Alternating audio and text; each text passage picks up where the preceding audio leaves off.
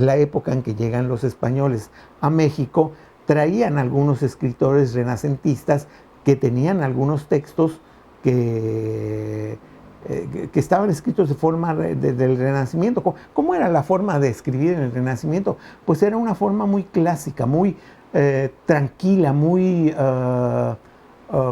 limpia, igual con los edificios, la arquitectura, muy serena.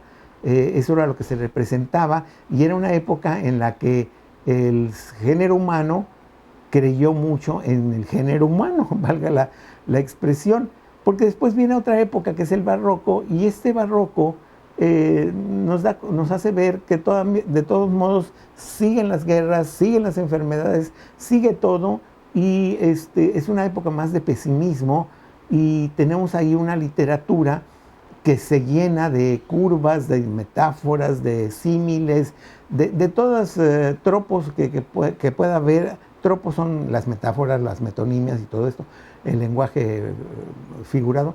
Llenan los textos, textos que a veces resultan casi incomprensibles cuando los lee uno de una primera instancia. Tal vez ya en una segunda instancia ya pueda uno entender un poquito estos textos. Bueno, ese es el barroco, hay grandes escritores ahí, y después nos fuimos a la ilustración.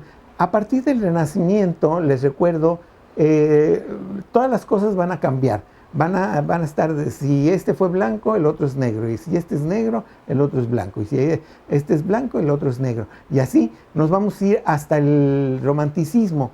Entonces, después del barroco, sigue esta época que se llama la ilustración, que la ilustración viene de la luz. Supuestamente las personas se vuelven cultas, se llenan de luz. Es la época de la enciclopedia, ese gran libro escrito en Francia, que pretendía reunir todo el conocimiento hasta entonces. Les recuerdo que no es el único libro que se pretendió hacer así. Ya Aristóteles tenía la intención de hacer algo así. Bueno, regresando acá a la ilustración, ahí en la ilustración se escriben libros de viajes o grandes sátiras, como La modesta proposición o Los viajes de Gulliver. Es una época muy interesante en cuanto a la literatura, y de ahí de la ilustración nos pasamos al romanticismo, donde si en la ilustración aquello era muy frío, si uno se enamoraba, era tranquilo, o sea, te quiero, pero nada más así. ¿Sí? En el romanticismo, no, sí te quiero, y si no me quieres me mato, y no sé qué, y se mataban, literalmente. Fue una época en que casi los poetas como que sentían la obligación de matarse para ser poetas románticos. De ahí, de esa época, tenemos esa gran obra que se llama Fausto, del gran escritor alemán Goethe. No voy a ahondar mucho en ello porque ya la leímos también. Ahí sí leímos el original, pero lo leímos en fragmentos y creo que más o menos entendieron de qué se trataba. Y después del romanticismo vienen estos dos movimientos literarios muy interesantes, que son el realismo y el naturalismo. El realismo y el naturalismo representaban las cosas tal como estaban, y el naturalismo iba inclusive muchas veces más allá del realismo y presentaba las cosas de una manera francamente morbosas. ¿Sí? Recuerden que estamos haciendo un recuento de las características de todas estas escuelas, y tal vez de mencionar una que otro título para que se den cuenta qué es lo que hicimos en estos 3 semestres. Después del realismo y el naturalismo, aquí va a haber un corte, porque va a haber una escuela que es muy importante, que es el simbolismo. El simbolismo es este intento de hacer que las palabras dejen su significado y tengan otro.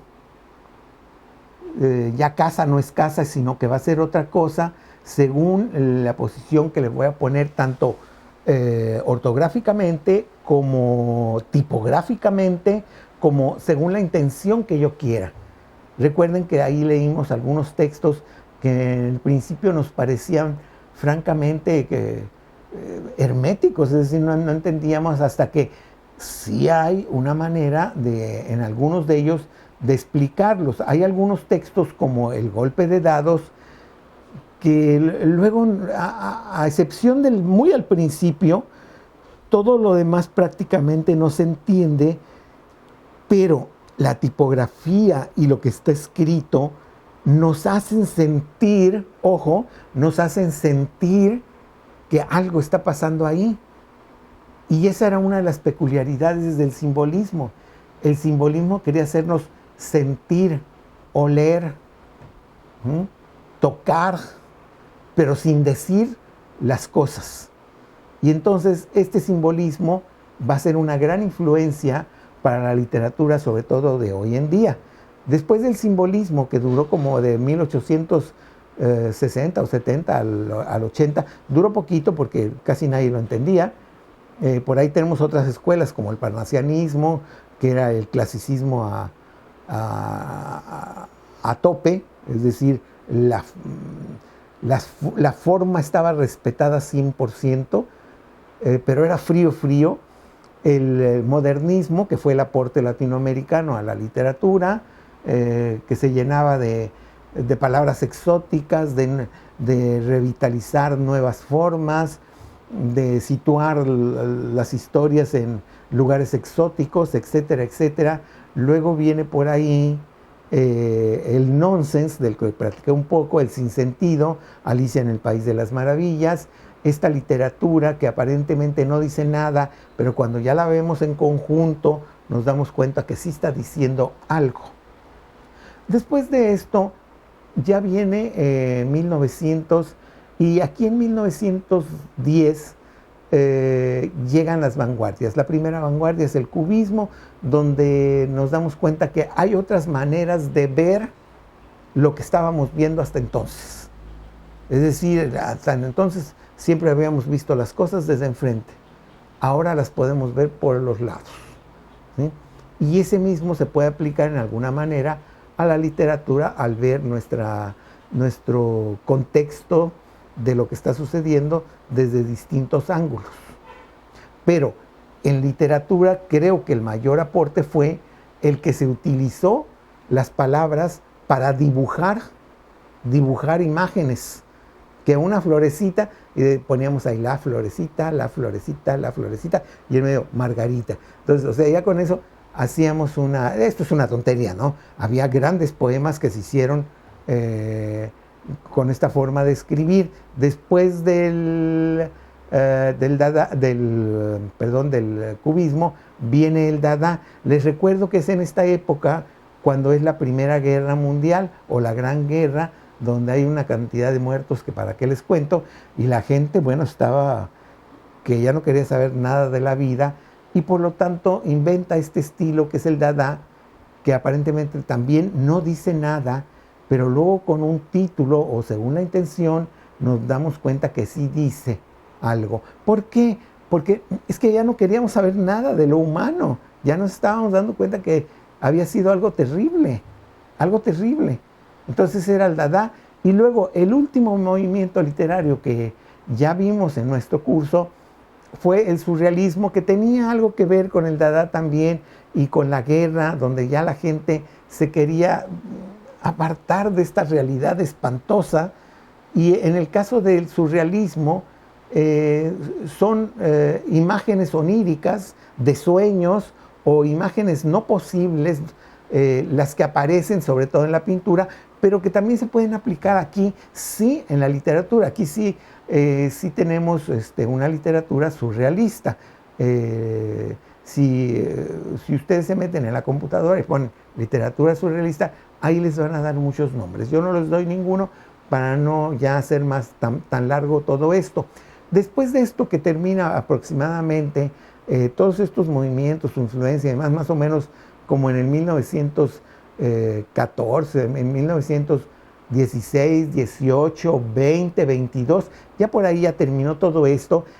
Todos estos movimientos que a partir del simbolismo se fueron dando, el simbolismo, el modernismo, el nonsense, el cubismo, el dada, el surrealismo, son utilizados por los escritores en sus obras, ¿sí? Yo estoy mencionando aquí casi exclusivamente poetas, pero hubo también grandes escritores de prosa que siguieron continuando con una forma más tradicional de escribir.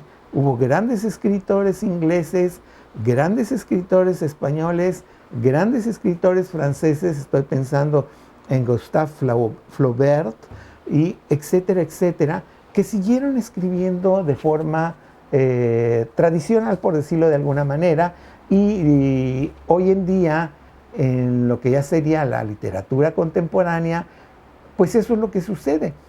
Todo esto que vimos, que hablamos desde la cultura prehistórica hasta el surrealismo, hoy en día los escritores toman de ahí lo que quieren para expresar sus ideas. Esto es así, a grosso modo, lo que fue nuestro curso durante 3 semestres de literatura, lectura 1 y lectura 2.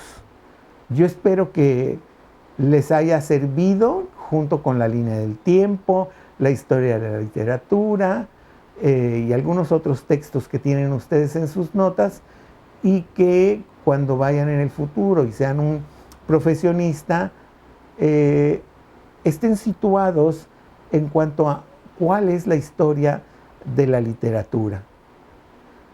Por mi parte, esto es todo hoy, y nos veremos en las próximas, el próximo encuentro escolar. Lo más probable es que ya sea en el instituto. Hasta entonces, adiós.